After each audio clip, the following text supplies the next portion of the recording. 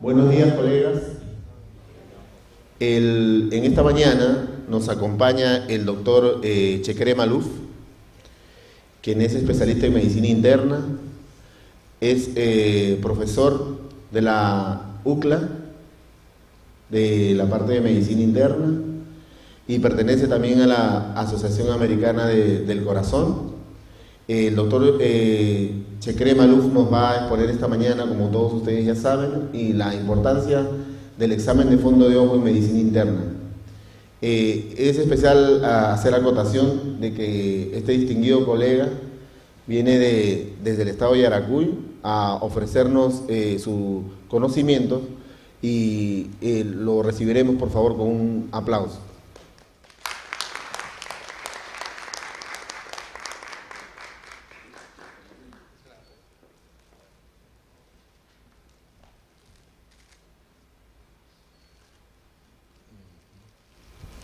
Gracias al doctor Madrid como coordinador académico del Colegio del Distrito Metropolitano de Caracas. Bueno, de verdad que estoy primero agradecido con la Junta Directiva del Colegio Médico del Distrito Metropolitano de Caracas, en especial con el doctor Fernando Bianco, con el mismo doctor Madrid, que siempre ha estado muy pendiente de concretar esta idea y de llevarla a cabo, porque no es nada fácil llevar un programa de educación médica continua. Les digo esto porque en San Felipe yo actualmente me desempeño como presidente del Colegio Médico del Estado de Yaracuy. Llevamos un ambicioso programa de educación médica continua y hemos realizado en los últimos 12 años 333 jueves científicos. Y se los digo con satisfacción porque al principio eran poquitos, pero fíjate, a veces el auditorio que tiene una capacidad de 120 personas se nos queda corto porque ya se creó el hábito. Yo los felicito a ustedes. Veo muchas caras nuevas acá, médicos integrales comunitarios. Estoy enamorado de ese proyecto, soy del bando que los protege y que cree que el futuro del Sistema Público Nacional de Salud está precisamente en ustedes.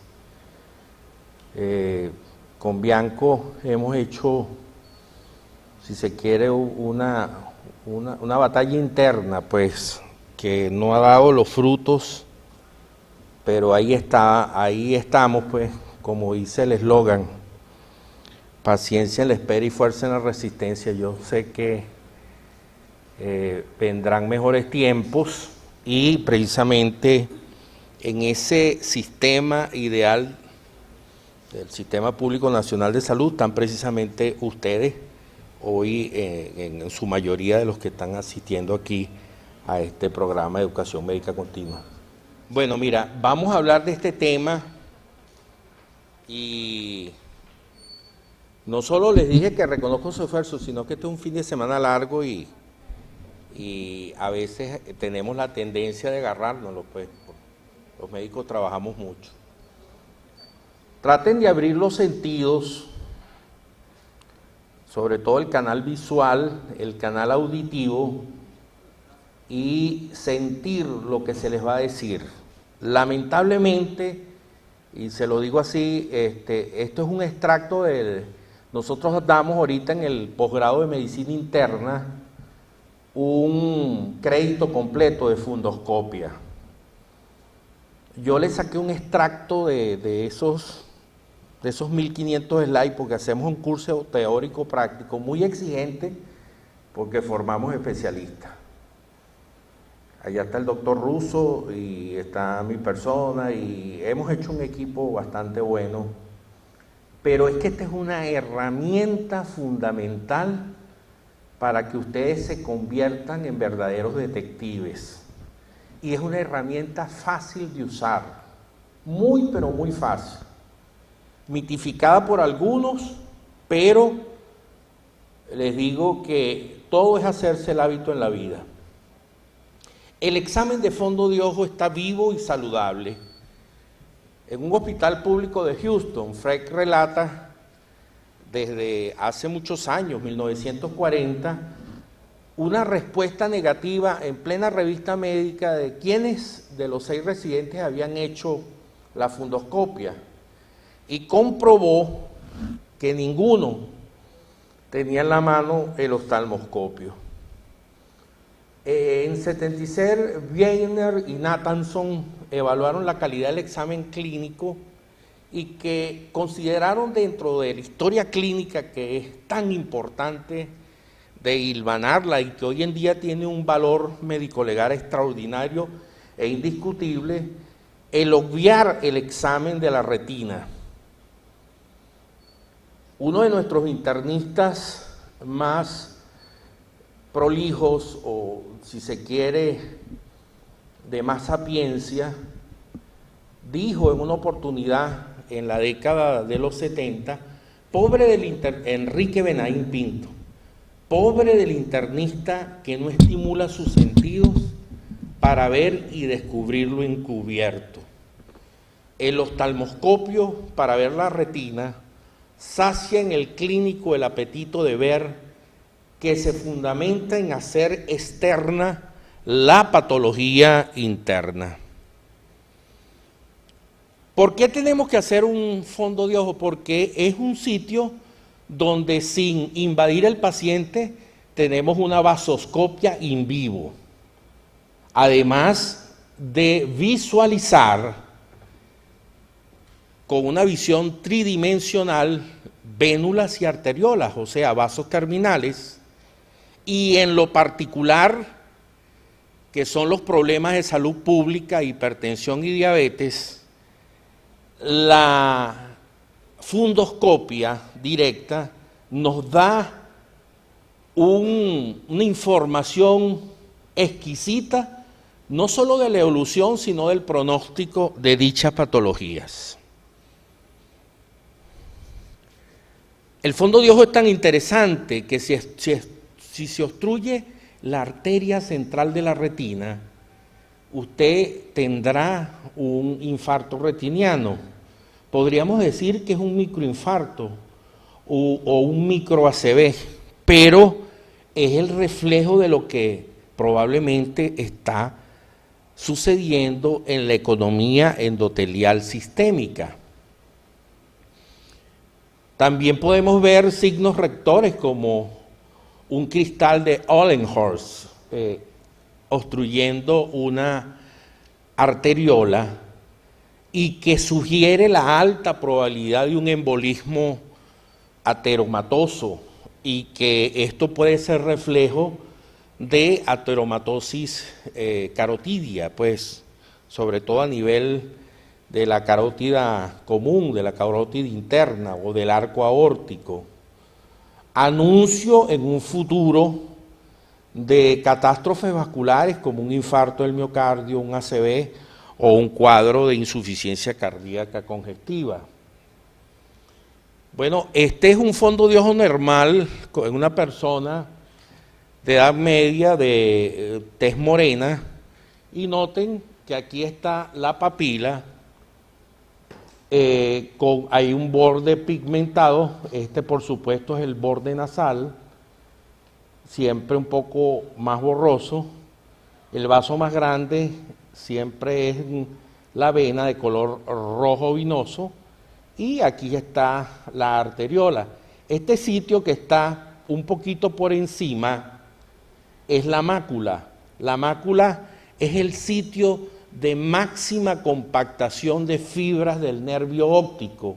Es la que me permite a mí ver el color rojo, los detalles de los colores.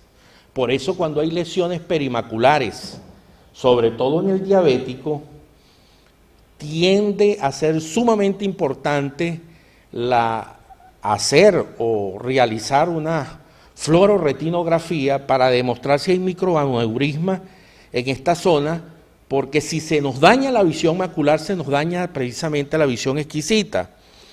Y esto suele pasar en el diabético, y de ahí la importancia de la fluororetinografía, que la estamos viendo tras una inyección de contraste fluoroceínico en vena. Este es el estudio de Mr. Fick, y se los traigo para que ustedes vean la trascendencia que tiene sobre todo la presión arterial sistólica en cuanto a tasa de mortalidad cardiovascular por 1000 personas en año. Fíjense, a mayor hipertensión sistólica, mayor mortalidad. Fíjense que por cada 1000 casi está en el nivel de 100 eventos cardiovasculares con potencial mortalidad.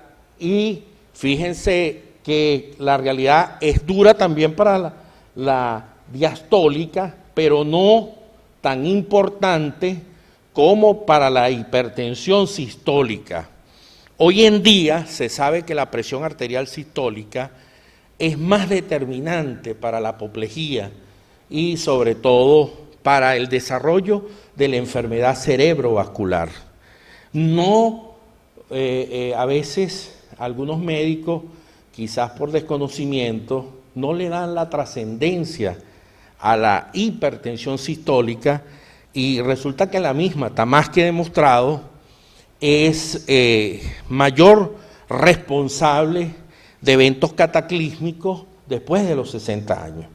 Bueno, este cuadro es para resaltarle que también la presión arterial diastólica está muy relacionado con otros factores de riesgo, y hoy en día no solo el síndrome metabólico, la hipercolesterolemia, la hipertrigliceridemia, la hiperinsulinemia y la descarga catecolaminérgica con el aumento de presión arterial diastólica son significantes para que estos eventos cardiovasculares sean más frecuentes. Además, en el tiempo hemos tenido un problema genético que hace, sobre todo aquí en Venezuela y en Latinoamérica, que nosotros somos la expresión pura de un mestizaje, mezcla del indio, del negro y del europeo, y como se ve muy bien acá, hubo una modificación, sobre todo si analizamos en los siglos XVI y XVII, los africanos capturados en el continente, los mismos indios que sufrieron unas modificaciones importantes por la colonización en sus hábitos de vida, y los africanos esclavizados supervivientes en América. Esto, desde el punto de genético, ha desencadenado lo que se llama un cuello de botella, y esta variabilidad genética actual es más proclive o es más susceptible el desarrollo de presiones arteriales más aumentadas, así como la misma destrucción de la capa de ozono, la biotecnificación y el avance ha ido en detrimento del estrés que vivimos día a día en el tiempo y de las descargas catecolaminérgicas, y genéticamente estamos menos preparados para los cambios de presión arterial.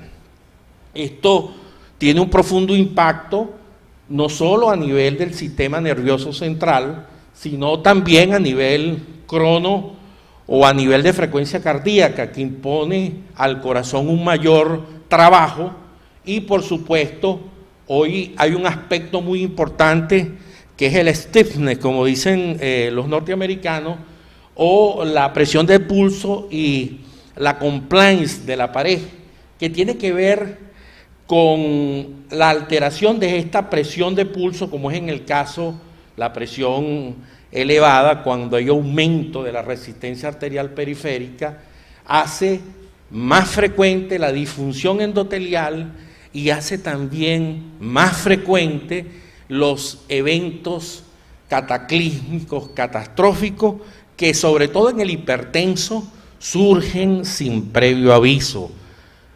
Se calcula que actualmente en Venezuela somos alrededor de 30 millones, tenemos 5 millones de hipertensos, menos de la mitad conoce su realidad y apenas una cuarta parte recibe tratamiento.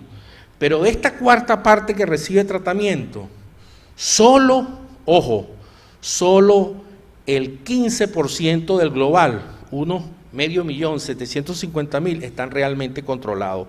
Y esto no difiere mucho del estudio NANES 1 y NANES 2, que dice que para lograr un control ideal en el paciente hipertenso es necesario, además de cambiar los hábitos de vida, la dieta, disminuir el estrés, combinación de varios fármacos.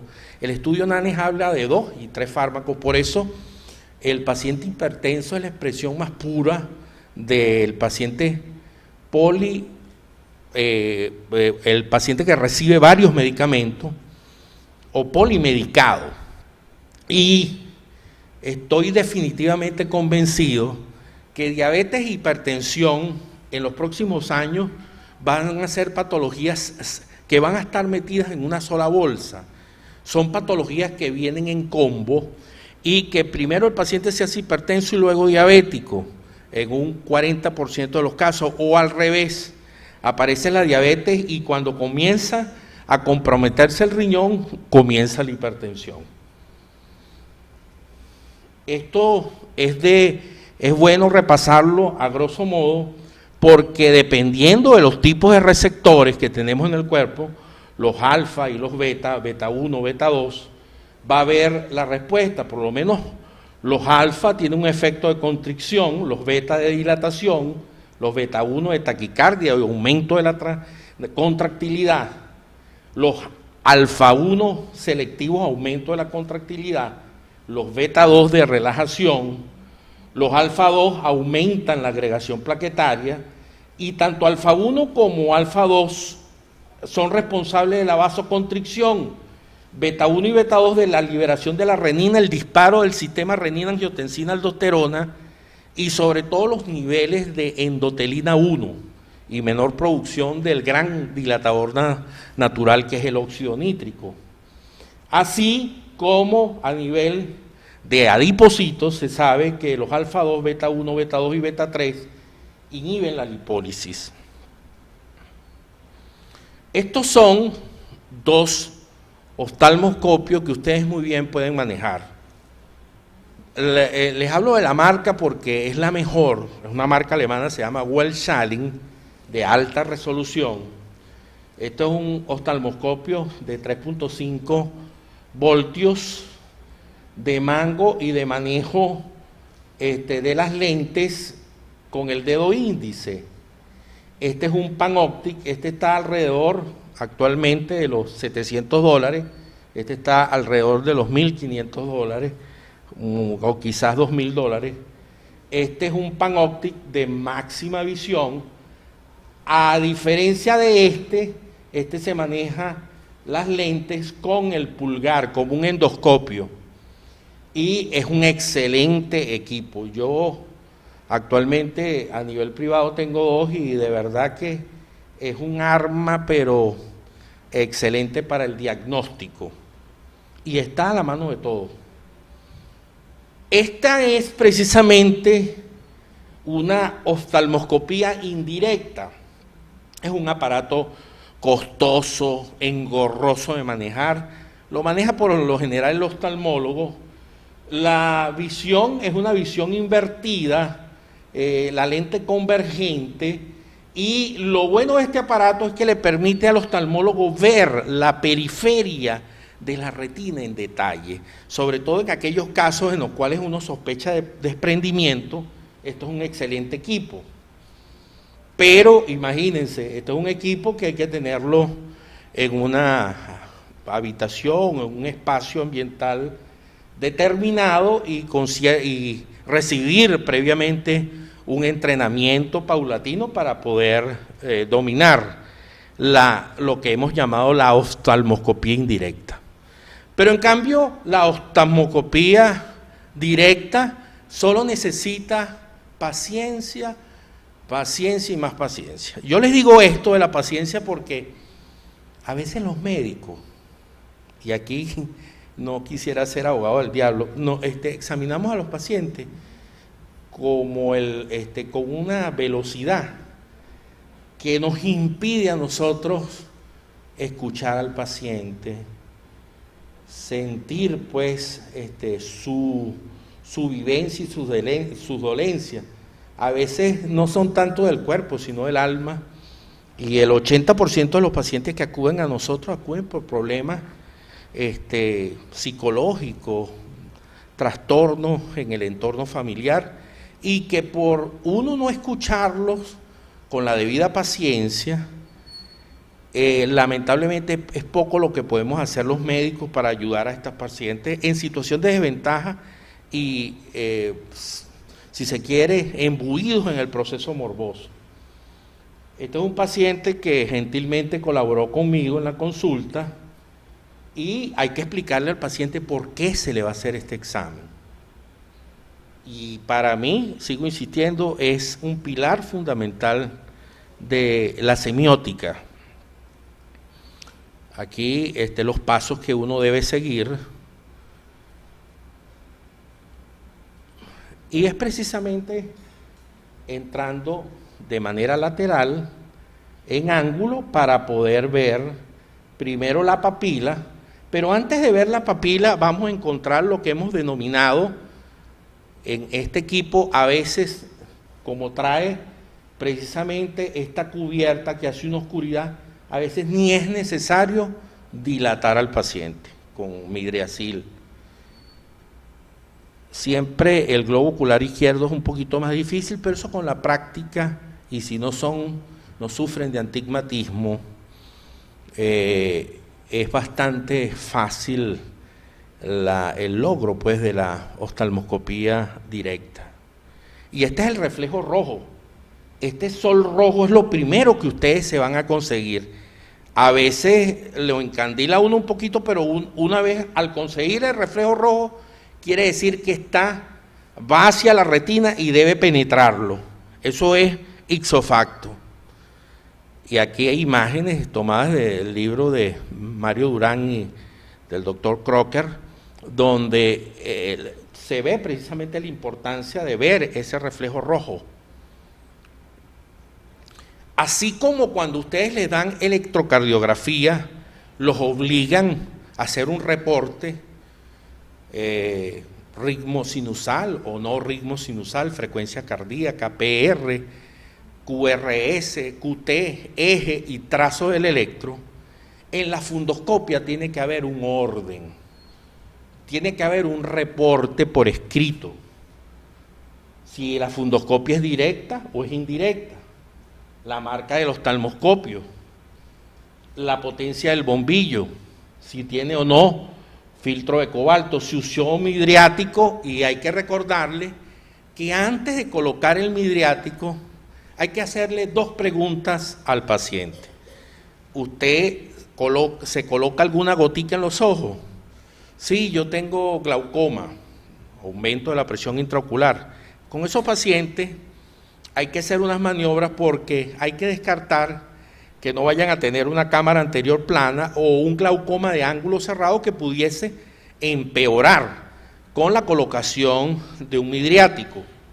Pero esto es un porcentaje mínimo, pero muy mínimo de todos los casos. Por lo general, el 99% de los casos, usted los puede dilatar sin ningún tipo de problema.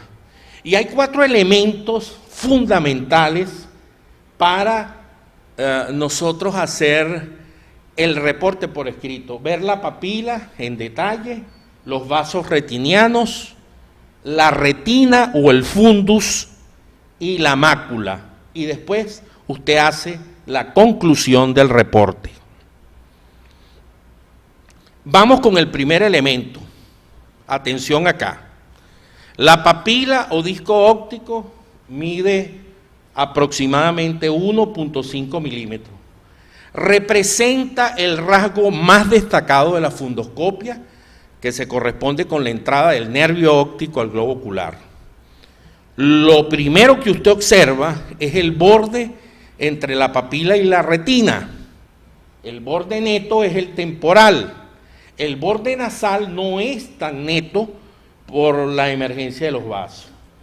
Puede observar la retina peripapilar.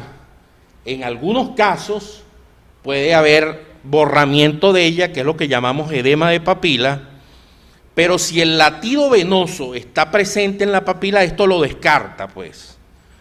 En el 50% de la fundoscopia directa, usted, si se queda viendo la vena, puede ver el pulso venoso, que es como el movimiento serpentinoso de una culebra. Es exactamente igual.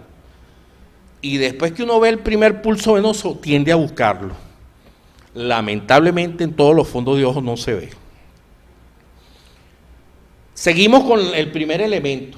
La papila es de color rosado, tiene en su interior la excavación fisiológica, es un área que está dentro de la misma papila, no debe medir más de 0,4.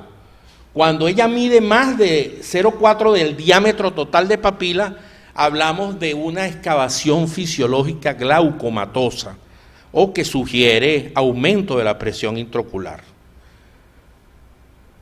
Terminando con el primer elemento, papila o disco óptico, cuando existe edema de papila, se pierde groseramente la estructura de la papila, se llena la excavación fisiológica y hay un estado muy avanzado de lo que es el edema de papila, esto en algunos casos de diferentes patologías.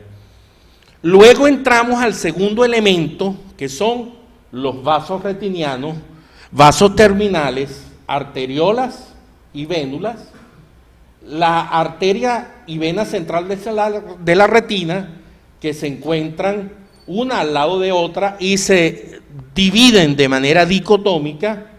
Al llegar al borde papilar, una es superior y la otra inferior, y luego ellas se dividen en las ramas temporales y nasales, que van a irrigar los 4 cuadrantes, siendo estas temporales y nasales después en sus vertientes superiores e inferiores.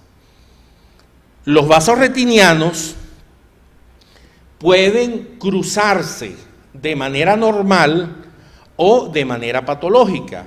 Los cruces arteriovenosos patológicos, por lo general, se dan de la de la arteria sobre la vena. La arteria, que es más dura porque se calcifica patológicamente, comprime la vena. Se dice que cuando un cruce arteriovenoso es patológico, debe estar a más de 2 diámetros o dioptrías de disco, 2 medidas de disco o de papila. Las arterias retinianas son de menor calibre que las venas. La relación siempre es 2:3, 2 para la arteria, 3 para la vena. Las venas son de color rojo vinoso, las arterias son de un rojo tenue. Es muy fácil identificarla. Recuerden que en retina las venas son más grandes que las arterias. Dentro de las mismas arteriolas o vasos terminales hay un reflejo lineal que es el reflejo o brillo arteriolar.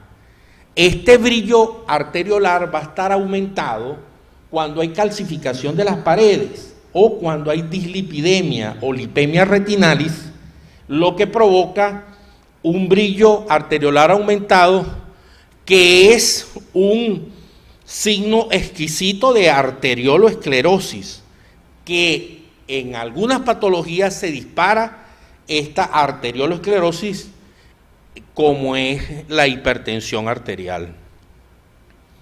Los vasos retinianos nos dan mucha información, pueden ser tortuosos cuando hay esclerosis y son expresión de arterias viejas, y hay muchos jóvenes que andan con arterias viejas. Dilataciones, entrecruzamientos, asas y comunicaciones vasculares. Pasamos al tercer elemento, ya llevamos 2. Papila, que es el primero, el segundo elemento vasos retinianos, arteriolas y vénulas, pasamos al fundus, que es la retina propiamente dicha. Es junto a la coroide la responsable del color del fondo de ojo. El color varía de acuerdo a la cantidad de pigmento presente en ambas capas. En individuos morenos o discretamente pigmentados es color anaranjado pálido, pero en individuos de raza negra adquiere un color rojo parduzco o puede tener por la pigmentación coroidea, que es la nutricional, o los vasos coroideos, puede ser intensa y puede tener un fondo que conocemos como moteado, atigrado o tigroide. El estudio de los cuadrantes es muy importante al estudiar el fundus retiniano. Aquí en el fundus podemos encontrar exudados, hemorragias superficiales y profundas, y dentro del fundus tenemos un elemento sumamente importante que es la mácula, que está situado a 2 diámetros papilares del borde temporal y un poco por debajo de la papila. Es ovalada y ustedes se fijan que es la mácula, porque cuando ustedes entran en el globo ocular derecho, la buscan hacia el borde temporal y van a ver la ausencia de vasos casi llegando a la mácula. En su centro hay una pequeña depresión que al ser iluminada genera pues un reflejo que se llama reflejo foveal, y es una zona que, a pesar de ser vascularizada, tiene pocos vasos en su centro, pues, lo que favorece su reconocimiento. Y volvemos al reporte por escrito. Después que usted analiza papila, excavación fisiológica, vasos retinianos, retina y mácula, tiene que hacer una conclusión del reporte. ¿Cuál es el objetivo de hacer fondo de ojo en un paciente hipertenso? Que nos permite a nosotros ver qué tanto la hipertensión ha dañado al paciente. Nos permite también saber qué tiempo tiene el paciente con la hipertensión.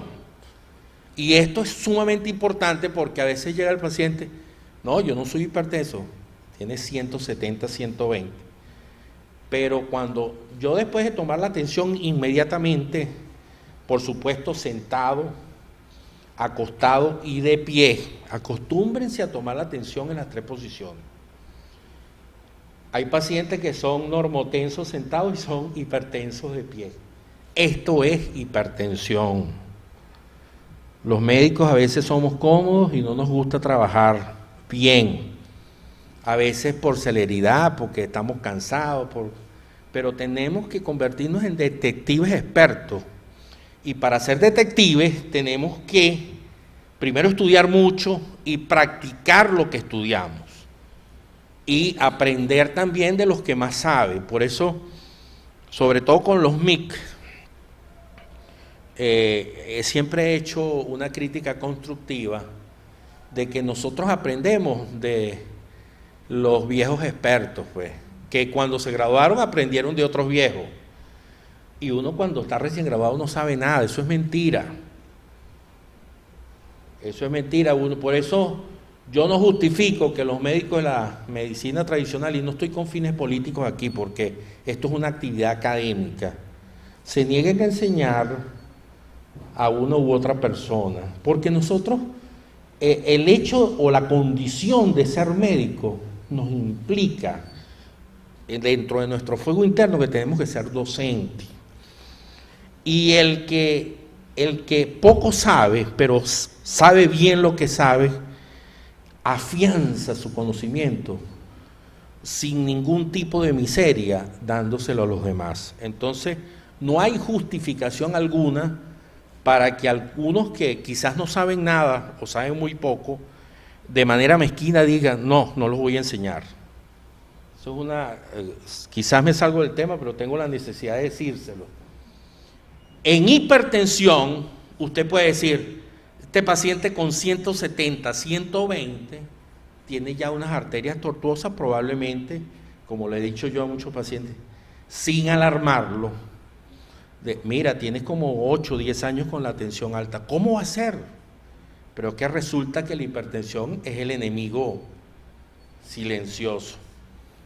Ya seguimos, ya estamos terminando con el reporte por escrito y vamos a la importancia en hipertensión, los vasos esclerosados, las grandes cosas que podemos conseguir, exudados blandos, exudados duros, mal llamados exudados blandos, inclusive en extremis el edema de papila, y esta clasificación que es muy interesante, de 1937, que aún internacionalmente está vigente, que es la clasificación de Kay, Wagner y Baker. Normal, una relación arteria-vena, 3 para la arteriola, 4 para la vénula. Por supuesto no hay hemorragia, no hay exudados, no hay papiledema, el reflejo arteriolar está ausente y no hay cruces, o por lo menos no hay cruces patológicos. El estadio 1, fíjense que la relación arteriovenosa es importante, no digan, no, eso sí tiene relevancia. La arteriola es la mitad de la vena y todo lo demás está normal. No hay hemorragia, no hay exudado, no hay papiledema, el reflejo arteriolar está quizás tenue y hay una leve depresión de la vena por la arteriola. Ya en el estadio 2, un Kay, Wagner y Baker, KWP, 1 a 3, la arteriola mide 1, la vena mide 3, es un vaso ya pequeño, no hay hemorragia, no hay exudado, pero hay un aumento del brillo arteriolar. Y cuando usted ve la arteriola, siente que el brillo interno lo encandila y puede llegar hasta ser un hilo de cobre, idéntico a un alambre de cobre. Hay una depresión moderada de la arteriola sobre la vena. El estadio 3, la relación es 1 a 4, 1 para la arteriola, 4 para la vena. Ahí puede haber hemorragias superficiales alrededor de los vasos. Por lo general, en estos pacientes puede haber exudados algodonosos, mal llamados exudados algodonosos porque aquí no se exuda nada, es un término semiótico o semiotécnicamente mal utilizado, porque en realidad el exudado blando, que por lo general son 3, 4, 5, jamás llegan a 10, son peripapilares, es obstrucción del flujo arterial de las fibras del nervio óptico. Es un verdadero grito retiniano, como lo llama el maestro Rafael Musi Mendoza, padre de la neurooftalmología en Venezuela y excelente internista, doctor de generaciones de médicos, pues, en los cuales me incluyo. Y aquí en este estadio 3, o Kay, Wagner y Baker 3, puede haber una línea blanca ancha o en hilo de plata, con una columna de sangre no visible. Y a nivel del cruce, el cruce es pero tan sinuoso, que hay desviación en ángulo recto y desaparición de la vena bajo la arteriola. Y el estado 4 se caracteriza porque hay papiledema fundamentalmente, puede haber hemorragias, exudados, cordones fibrosos y los cruces pero muy acentuados, no solo con desaparición de la vena, sino con pico de flauta en dirección contraria. Como cuando se cae un puente, se cayó el puente, pero las vías del puente cayeron una hacia un lado y otra hacia el otro lado. Parece que el puente, además de que se cayó, se descarriló. Eso es lo que se dice cruzado, pues. Entonces, el análisis del fondo de ojo nos permite ver la gravedad de la enfermedad, la evolución de la arteriosclerosis, por la evolución esclerótica y hasta las formas mixtas. Esta clasificación de Nano, de Héctor Nano del 58, no se usa, la traje con fines académicos, la pasamos rápidamente. Y todas estas anomalías usted puede ver en un fondo de ojo donde no solo la relación arteriovenosa debe observar, sino también el signo de Gunn, Salus, mucho más marcado, las alteraciones, el fenómeno de cruzamiento arteriovenoso, las anomalías del ángulo, los envainamientos, la dilatación venosa frecuente en el paciente con retinopatía diabética preproliferativa, hemorragias, los mal llamados exudados algodonosos, los botones o macroaneurismas arteriales, las oclusiones de vena central, la neovascularización, que ya es el signo sine qua non de retinopatía proliferativa con vasos de mala calidad. El médico debe realizar el fondo de ojo para establecer el diagnóstico, determinar el estadio de la lesión y aventurarse a dar un pronóstico. Aquí tenemos un fondo de ojo izquierdo, noten la papila, borde, ¿qué borde es este? ¿Ah? Nasal. ¿Y este? ¿Qué área es esta? ¿Ah? La mácula, ¿verdad? Esta es la mácula.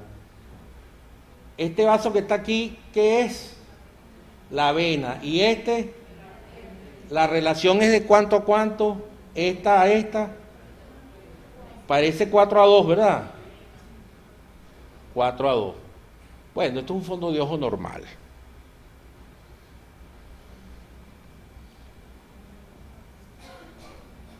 Aquí hay, esto que está aquí es la excavación fisiológica.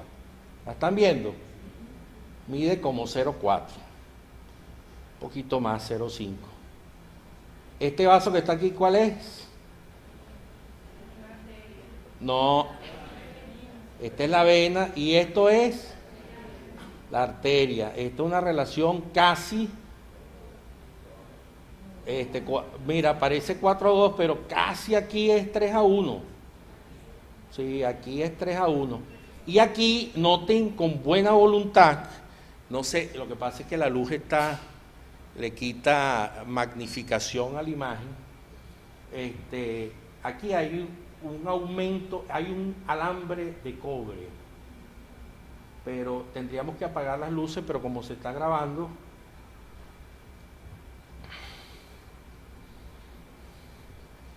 esto está bellísimo. Esto es una arteria cilioretiniana en ángulo.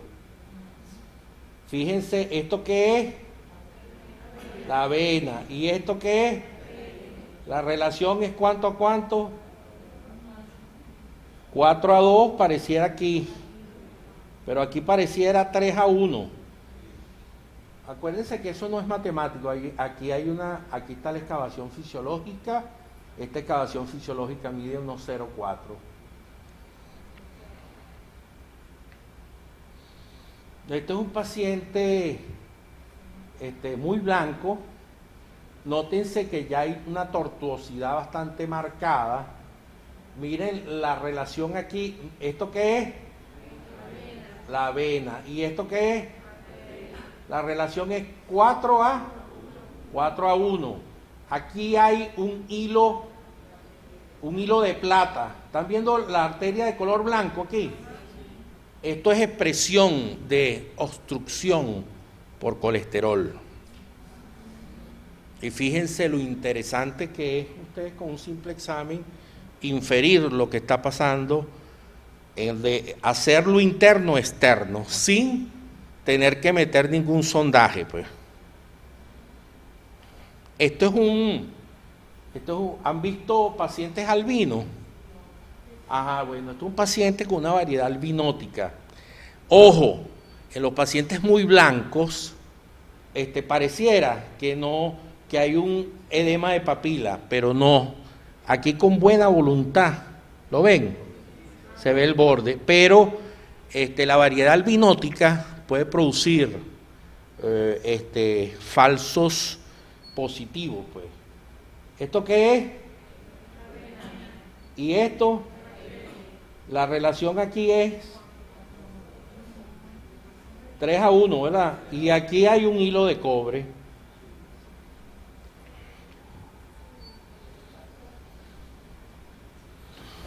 Una excavación fisiológica bastante grande, así de 0,6, y esto a veces hace sospechar glaucoma. Aquí la relación 4:2, vena arteriola. Estrechamientos arteriolares se ven muy bien. Aquí hay, además de los estrechamientos arteriolares, una desproporción. Esta es la vena, esta es la arteria, 4:1. Ustedes ven la desproporción arteriovenosa. Esto es producto de una gran esclerosis vascular en un paciente hipertenso de 70 años de edad. Esta es una esclerosis severa. Fíjense los cruces arteriovenosos, ¿sí? Cómo la arteria aquí hace desaparecer la vena. Cruce grado 2.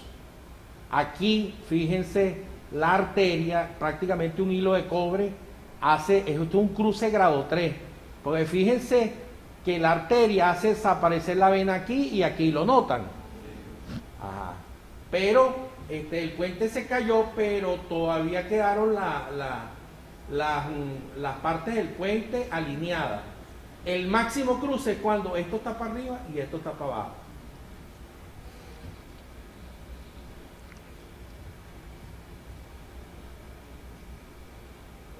También aquí hay una verdadera paciente que subió y hay obstrucción, pues. Estas son las constricciones arteriolares. Esta es la vena, estas son las arteriolas.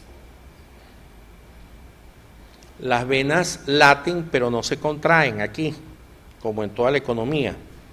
Y aquí les estoy explicando los cruces. Un cruce grado 1, un cruce grado 2. Fíjense que apenas desaparece la vena. Aquí desaparece y en pico de flauta, pero se conserva la vía. Aquí se pierde la vía. Fíjense que el puente quedó para allá. Entonces esto es un cruce grado 1, un cruce grado 2, cruce grado 3, cruce grado 4. Más información. Este es un cruce grado 3, pico de flauta. Venimos a lo bonito. Estos son exudados blandos, mal llamados exudados blandos o copos de algodón. Aquí no se exuda nada. Esta es isquemia en las fibras del nervio óptico. Este es el signo que nos permite a nosotros decir la presencia del exudado blando, que es una retinopatía hipertensiva acelerada. Ustedes no pueden hablar de retinopatía hipertensiva acelerada si no hay la presencia de exudados blandos. Entonces, estos son potencialmente reversibles en 1 o 2 semanas si usted baja la tensión. No así los exudados duros, que son pequeñitos y se colocan alrededor de la mácula, y cuando se colocan así se adoptan el famoso término de estrella macular. Este es un paciente ya con una retinopatía hipertensiva Kay-Wagner y Baker grado 4. Esta es una verdadera neuroretinopatía hipertensiva. Paciente de raza negra con 20 años de hipertensión que no se controló. Actualmente, además de ver mal, tiene hipertrofia del ventrículo izquierdo, tiene una insuficiencia renal crónica y fíjense, hay un papiledema. Hay hemorragias superficiales, aquí de todo. La mácula está inflamada y llena de exudados duros, pequeñitos. Esto es para que sepan que hay arterias viejas que son las que se esclerosan y que pueden aparecer en jóvenes, y las arterias jóvenes que son las normales, que no están duras, pues, que no están esclerosadas. Los exudados blandos son pocos, son potencialmente reversibles, nunca llegan a ser 5, 6, jamás 10, pero siempre es un número menor de 10. Ellos se deben a isquemia de las fibras del nervio óptico. Los duros sí se dan, sobre todo en diabéticos e hipertensos, por extravasación lipídica. Son estos chiquiticos, pueden ser 40, 50. Aquí están las drusas del nervio óptico, que son los cuerpos coloides, que son a veces confundidos con exudados blandos. Además de que estos tienen bordes irregulares, estos sí tienen bordes redonditos. Y las drusas o cuerpos coloides son normales, o cuerpos citoides también lo llaman. Y este es corioretinitis, esta es una corioretinitis cicatrizal. Esto se ve mucho en toxoplasmosis, y son cicatrices verdaderamente en el fundus retiniano. Estas son exudados hemorrágicos que palidecen en su centro, descubiertas por Litten en 1850 en pacientes sépticos. Es un signo exquisito sobre todo en pacientes que se sospecha endocarditis infecciosa. Por supuesto hay que buscar nódulos de Orle, hemorragias en astillas, soplo, esplenomegalia, anemia, pero esto es un signo de vasculitis sistémica séptica con la palidez en el centro. Esto es una mancha de von Rock, en honor al barón von Rock, que fue el primero que la describe, y después de los estudios de Litten en los 1800. Estas son hemorragias profundas en las capas plexiformes ya profundas de la retina. ¿Cuántas capas tiene la retina? 10, ajá. Y aquí hay un exudado blando. Noten que es el verdadero copo de algodón, pero esto es no me canso de repetirlo, isquemia de las fibras del nervio óptico. Grito retiniano del doctor Musi Mendoza. Es signo capital para retinopatía hipertensiva acelerada. Cuando digan palabra acelerada, tiene que estar esto en el fondo de ojo. Eso obliga al médico a correr, porque se están dañando agudamente los órganos. Más exudados algodonosos múltiples. Estos también se pueden ver no solo en hipertensión arterial, en discrasias sanguíneas, en algunas leucemias, en algunas enfermedades del colágeno vascular, lupus eritematoso sistémico, en neumonías neumocóxicas con potencial séptico. Los exudados duros o serios están a veces cerca de la mácula que está acá. Son incontables a veces. Estos son los cuerpos coloideos o drusas. Esto es una arteriosclerosis retiniana, expresión de cronicidad. Noten que aquí hay hilos de cobre.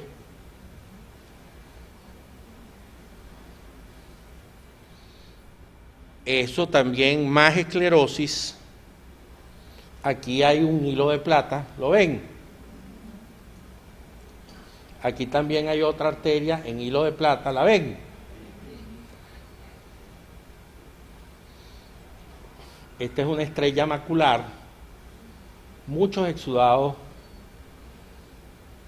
y la presencia de un exudado blando hace precisamente que la palabra acelerada aparezca aquí. Ahí está.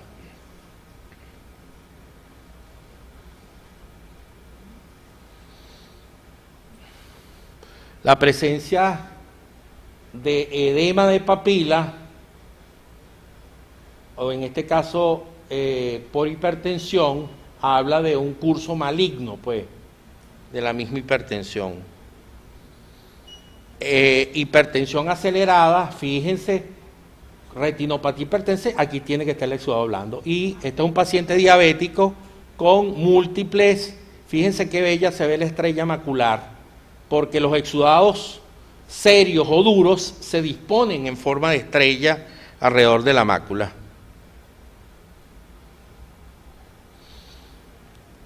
hemorragias superficiales, signos de cronicidad, un cruce arteriovenoso prácticamente grado 4 aquí, desaparece la vena, perdón.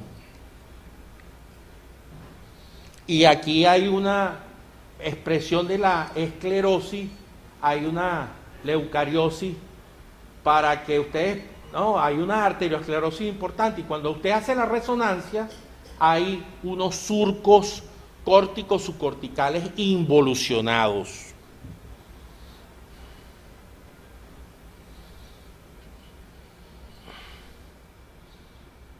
Bueno, ya esto es la etapa final, que para los que quieran pueden llevárselo, ya deben estar algo cansaditos, pero les tengo que manifestar que para mí fue un profundo placer haber estado hoy aquí en Caracas con ustedes, aportándoles humildemente un granito de arena en lo que es el conocimiento médico que tanta falta le hace a nuestros médicos en formación, y contribuyendo precisamente a que cada día sean más humanos, mejores médicos y mejores ciudadanos. Muchas gracias.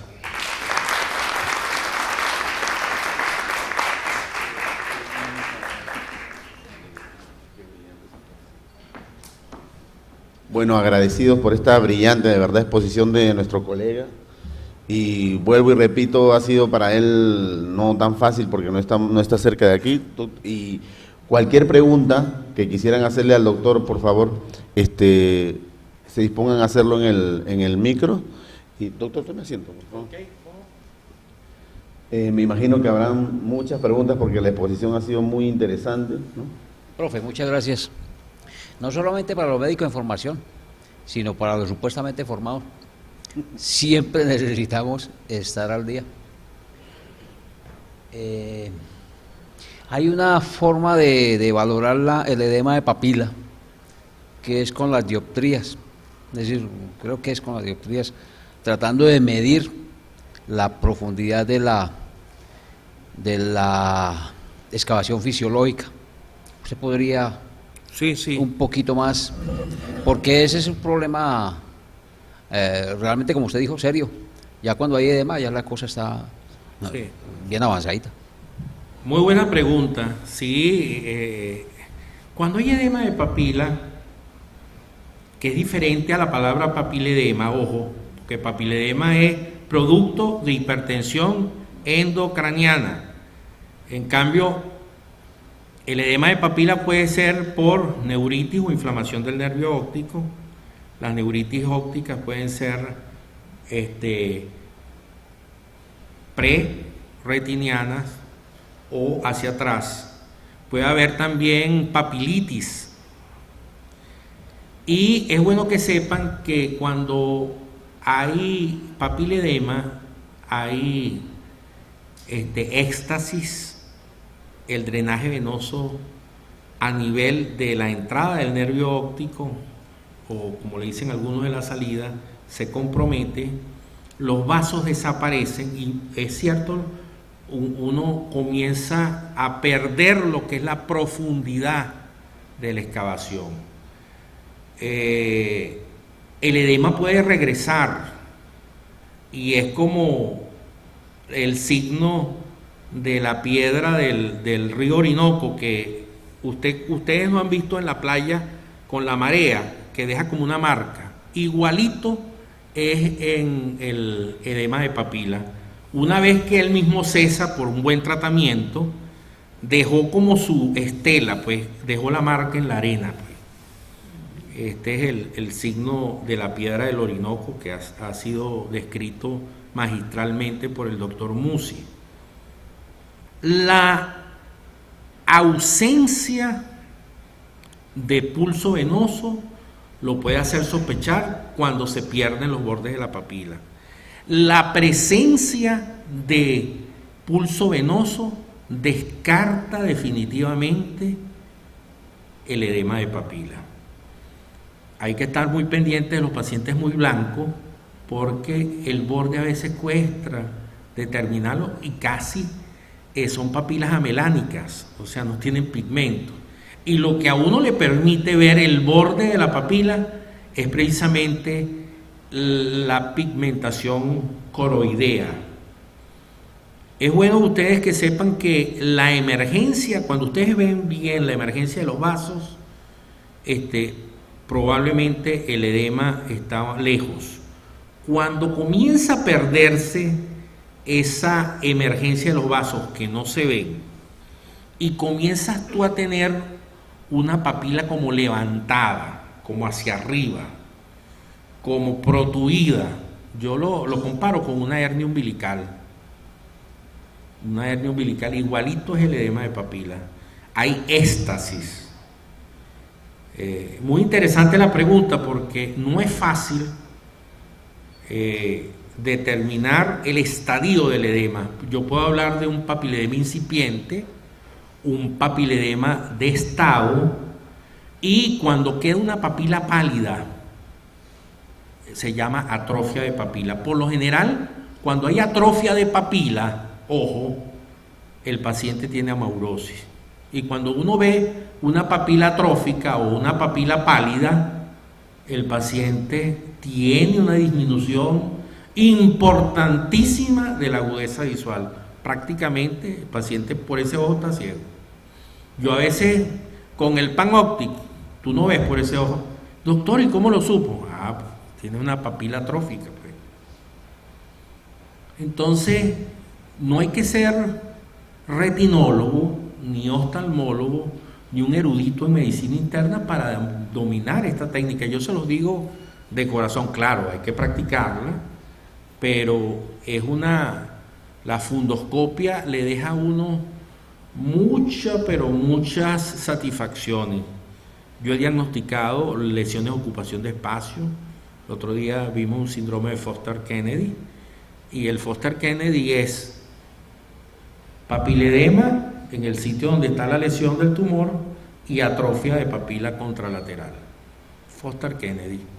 Y se hace, después que, por supuesto, haces la tomografía o la resonancia magnética nuclear, ves la imagen. Pues. Pero no tenemos que evitar ser más semiólogos, más clínicos.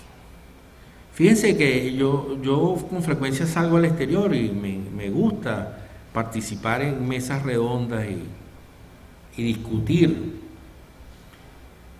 Yo admiro de los norteamericanos, todo no es malo, que llevan muy bien las estadísticas, pero critico furiosamente su falta de humanidad, o sea, porque son poco clínicos.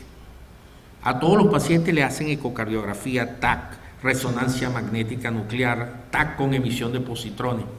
Entonces, así como tú no diagnosticas, gloriosos aquellos médicos venezolanos de principios del siglo pasado que hacían diagnóstico tocando, percutiendo, auscultando y con las lámparas. Entonces, mira, eso nos obliga a nosotros a retomar la semiótica, además de que tú al acercarte al paciente puedes sentir sus olores, el fetor urémico del paciente renal, aunque el paciente renal crónico tiene un olor y un color tierroso, es un paciente apático que mira hacia el piso, precisamente asténico, porque la cantidad de productos de desechos en sangre sistémica lo hace tomar esa actitud. O un paciente respirando mal, en insuficiencia cardíaca, un paciente en chest stop, o un adolescente que te le acercas mucho y hace un rechazo inmediato porque ha sido traumatizada en sus primeros encuentros sexuales. Todo eso lo puede hacer uno con una simple fundoscopia. Por eso hay que ser muy profesional cuando uno le va a hacer este tipo de exámenes al paciente. Primero porque el médico se acerca mucho al paciente. Ojo, no vayan a pensar en actos lascivos y esto, pero hay que explicarle, porque a veces el médico pega su mejilla a la mejilla del paciente sin ninguna connotación, pero hay que explicar, mira, yo te voy a hacer un examen y me voy a acercar mucho a ti. Hasta estas cosas porque pueden ser mal interpretadas. Y hay que ser muy ético y muy profesional. Pregunten. Doctor, gracias por la conferencia. Nos pasa mucho en la práctica actualmente para los médicos rurales que llegan los pacientes de 30 y 45 años con una cefalea persistente, y la primera pregunta que le hacemos es: ¿usted es hipertenso? Ellos dicen no. Entonces, ya con esta base que usted nos ha dado del fondo de ojo, ¿cuáles son los factores básicos que podemos encontrar en el fondo de ojo, ya que nos puede indicarle al paciente, mire, más o menos que podemos tener una base por lo menos para decirle al paciente de hipertenso, de la lesión y todo eso? Por favor, está amable. Gracias. Interesante también tu pregunta, porque, ojo, el 60% de los pacientes con hipertensión no siente absolutamente nada. Por eso a la hipertensión se le denomina, sin exageración, el asesino silencioso.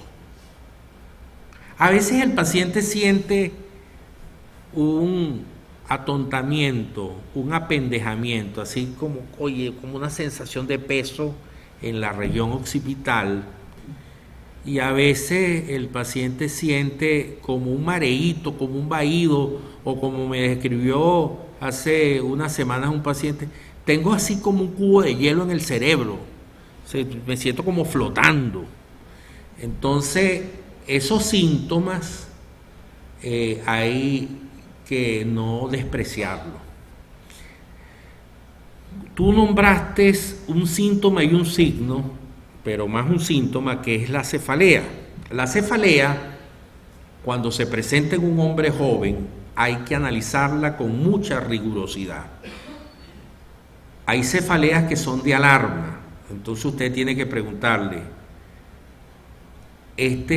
¿has tenido un dolor de cabeza de esta intensidad en tu vida? No es la primera vez que me duele la cabeza y me parece que se me está reventando algo por dentro. Ojo, porque puede ser el signo de una hemorragia subaracnoidea. Es diferente a aquella mujer que te llega todos los meses con la llegada de la menstruación: tengo mareo, veo así como unas estrellitas, que son los escotomas centellantes, y luego me viene la jaqueca, antiguamente llamada jaqueca, la migraña, y me tomo tal medicina, me tomo un café y se me quita, o me empeora, hasta que no me da náuseas y vomito, no se me mejora un poquito.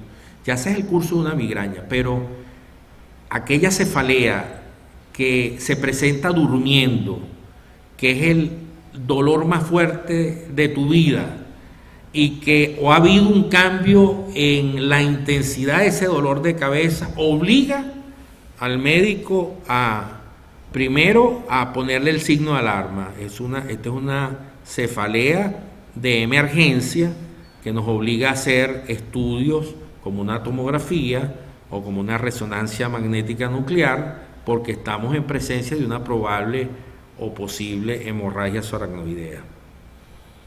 A veces en estas hemorragias subaracnoideas el fondo de ojo es pobre, pero a veces es rigurosamente diagnóstico. Yo recuerdo un paciente que llegó con una cefalea intensa y una retinopatía hipertensiva acelerada con múltiples exudados blandos. El paciente tenía dolor torácico opresivo de fuerte intensidad que no se atenuó sino nada más con morfina. Ojo, y no llegó a ser ni isquemia ni infarto, electro normal. Son cosas que se pueden ver en medicina. En medicina a veces 2 más 2 no es 4. Por eso su ejercicio es tan difícil. El paciente, al disminuírsele las cifras tensionales, le mejoró el dolor opresivo y la cefalea. Y a la semana, después de una buena combinación, perindoprilo como inhibidor de la ECA con amlodipina, nombre comercial Norvasc, pacientes controlados, comenzaron a desaparecer los exudados blandos. Ojo, después se comprobó que en el paciente había un componente renovascular, paciente de 36 años, con una pequeña estenosis de la arteria renal derecha al hacerle un ecodoppler renal. Estas son testimonios de cosas que pasan en el día a día. Siempre acostúmbrense a ir un poquito más allá, a no ir a lo simple de los síntomas y a escuchar al paciente. A veces los médicos somos muy visuales, vemos el paciente, pero el canal auditivo no lo agudizamos. Oímos al paciente, pero no lo escuchamos. El paciente, cuando habla, dice lo que tiene. Pero si usted, y no hay que ser un experto en programación neurolingüística, si usted no lo escucha, el paciente se va igual. Porque el cuerpo humano es chismoso y a veces el mismo paciente es capaz de referirlo, pero a veces el médico tiene la capacidad como detective. Ah, mira, yo voy a preguntar sobre esto. Es interesante. ¿Quién pregunta? ¿Cómo puedo utilizar mejor la ranura? Es decir, el aparato en general, pero ¿cómo puedo utilizar sobre todo la ranurita esa que viene larga de aparatico? Primero, el ambiente. El ambiente, pueden apagar las luces. Ahorita tenemos un problema que en el país están difíciles los midriáticos. Les recomiendo, y no le estoy haciendo propaganda al laboratorio, el midriacil es excelente, una gotica. He hecho como unas 20.000 fundocopias en mi vida y jamás he tenido problemas con glaucoma de ángulo cerrado. Hay que ver la cámara anterior con la luz tangencial para ver si no hay una cámara plana, que es lo que hace sospechar un glaucoma de ángulo cerrado. Ojo, el PanOptic, que inclusive en Locatel los venden, abusan un poco con el precio, es excelente porque otra cosa, muy buena tu pregunta. Cuando ustedes hagan el fondo de ojo, por lo menos yo soy miope y tengo astigmatismo, vieron la foto, yo me quité los lentes. Lo primero, porque usted va a corregir sus dioptrías con las lentes. Y esa pregunta que tú haces es correcta, porque si tú te pones a hacer fondoscopio, el brillo de tus lentes con las lentes del aparato, eso es un desastre y pierdes precisión. Entonces, si usted ve a un médico, por muy especialista que sea, haciendo fundoscopia con los lentes, no domina bien la técnica. Y lo otro, hay que tener paciencia, sobre todo al principio, porque a veces como seres humanos los médicos nos desesperamos y entonces queremos ver, pero para ver hay que seguir pasos y usted poquito a poco va a ir desarrollando destreza. Sobre todo, yo se los digo a los que están comenzando ahorita como médicos, con el ojo izquierdo. El ojo izquierdo siempre cuesta un poquito más y entonces tienen la tendencia a hacer esto, cierran el ojo derecho y entonces prácticamente obstruyen el otro. Entonces es una cuestión de prepararse psicológicamente, voy a ver y verán. Hay algunos astigmatismos pero muy fuertes que de verdad sí tienen limitaciones, o pacientes que ya han sido operados, que tienen lentes intraoculares, que bueno, tienen algunas limitaciones, pero pueden hacer el estudio.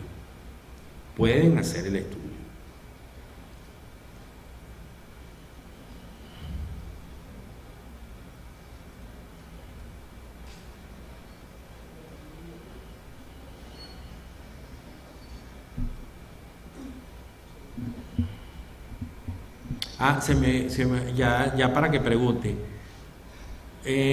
La conferencia está a sus órdenes, yo sin ningún tipo de egoísmo. Es un trabajo de varias semanas, varios días, pero así como le digo a los residentes de posgrado, Eso está para ustedes, para que lo revisen y para que aprendan. Ok. Buenos días. Si tienen pendrive, no tengo ningún problema en que la... Buenos días. Mi pregunta es, ¿hasta qué grado? Te puso 4 grados ahí. ¿Hasta qué grado es reversible? Tomando en cuenta un adecuado tratamiento. ¿Y cómo nosotros podríamos manejarlo? Bueno, la pregunta, la reversibilidad es de algunos de los hallazgos, por lo menos el exudado blando, mal llamado exudado blando, es potencialmente reversible porque son isquemias en las fibras del nervio óptico. En la medida que usted baje las cifras tensionales, él va a ir a desaparecer. El exudado duro, si usted controla las cifras de glicemia o los exudados duros, porque son 40, 50, controla la dislipidemia, porque eso es mentira que un paciente diabético hiperglicémico, por lo general en un 80% tiene hipercolesterolemia y sobre todo hipertrigliceridemia. Y la lipemia retinalis no se hace esperar. Ahí vas a tener aumento de las LDL, las HDL y ahí pues transsudación de lípidos. En la medida que tú controles la diabetes, eso va a mejorar. Pero los exudados duros siempre queda como el asiento ahí. El exudado blando es potencialmente reversible, que es el que define el estadio Kay-Wagner-Baker 3. Cuando se presenta papiledema, ojo, pudiese regresar si el tratamiento es efectivo y agresivo. La experiencia me dice que cuando hay papiledema hay hipertrofia del ventrículo izquierdo y hay enfermedad renal crónica avanzando, sino ya avanzada. Entonces, a veces el papiledema puede ser que regrese a un estado incipiente, pero a veces no regresa. Y a veces tú descubres el papiledema con un evento cataclísmico, un infarto agudo del miocardio, una arritmia, un edema agudo de pulmón o una insuficiencia renal crónica de curso terminal. O el paciente en encefalopatía hipertensiva con un ACV, un hematoma intraparenquimatoso a nivel cerebral. Entonces, ojo, lamentablemente no estamos haciendo promoción, anticipación, porque la idea sería trabajar a brazo partido en el primer nivel de atención con nuestros MIC, que cada uno en su núcleo de atención primaria integral censara los 1200 de la comunidad y supiese, mira, aquí hay 40 hipertensos. De esos 40 hipertensos, estos tienen 130 hijos, estos 40 hipertensos. Aquí hay un potencial de probables hipertensos a futuro. Hay que empezar a estudiarlo. ¿Por qué es tan exitosa en Cuba la medicina preventiva? Porque en Cuba se mide la eficiencia del médico no por el número de pacientes que te consultaron o que tú les prescribiste medicamentos o fueron al hospital, sino por el número de sanos que tuviste. Por lo menos es más efectivo un promotor de salud del primer nivel de aquellos que en un año te tuvo de esos 1200, 900 sanos. Y al siguiente año te mantuvo 910 sanos. Entonces, ¿por qué? Porque eso, y eso lo dice hasta la Constitución de la República Bolivariana de Venezuela, que es más fácil prevenir, es más fácil promocionar la condición y el disfrute de estar sano. Ojo, que es diferente a curar la enfermedad y a rehabilitarla. Tu pregunta es muy interesante porque, te lo tengo que decir con mucha tristeza, cuando hacemos estos hallazgos o descubrimos estos hallazgos fundoscópicos, ya el mal está bien, pero bien avanzado. Y es ahí donde uno se llena de profunda tristeza, porque ¿y dónde está nuestro primer nivel de atención? Desde luego, yo no los puedo criticar a ustedes, porque por necesidad del país y por el éxodo de médicos a otras latitudes, y sí estoy de acuerdo que se ha debido imponer en nuestro país una ley de fuga de cerebro, porque hay que ver lo que le cuesta al Estado venezolano formar un médico, y que con todas las críticas que le puedan hacer a las universidades tradicionales venezolanas, son excelentes, de primer mundo, porque somos humanos. El venezolano es un ser excelente, le duele el dolor del otro. Y entonces, cuando llegan estos médicos a la Comunidad Económica Europea, que a estos países no les costó ni medio, vayan a estudiar medicina en Harvard, tienen que tener $100,000 al año, y la gente paga créditos y cosas. Entonces, y a mí yo lamento profundamente de los médicos que están en Europa ahorita, que el 50-60% de lo que ganan se lo comen los impuestos. Pasan a ser ciudadanos de tercera, igual que en Estados Unidos. Yo he estado en Estados Unidos y uno siente como uno es un ciudadano de segunda, porque los mismos gringos te rechazan a ti. Y aquí a veces nosotros tan nobles que somos, tan hospitalarios. Entonces, tiene que venir una ley de fuga de cerebro, porque no puede ser que nosotros, el proyecto hermosísimo que tenemos del primer nivel de atención se nos está cayendo, porque los médicos de la medicina tradicional se nos están yendo del país. Y lo otro que me preocupa a mí es que ¿dónde está la anticipación y promoción? Tenemos los hospitales abarrotados, las clínicas abarrotadas. Mira, en San Felipe, que es la capital de un estado pequeño, no hay camas a nivel privado. Y aquí en Caracas me dicen que eso es terrible, conseguir una cama a nivel privado. Y los hospitales, mira, el hospital que tenemos allá, eso está a reventar. Todo esto se los digo porque cada vez tenemos que ser más defensores del primer nivel de atención. Y lástima que Fernando Bianco no esté hoy aquí. Él ha sido un luchador permanente por este primer nivel de atención. Y quizás uno no es profeta en su tierra, y siento que él ha hecho un gran esfuerzo por darle esa preponderancia a lo que debe ser ideológicamente y filosóficamente el primer nivel de atención.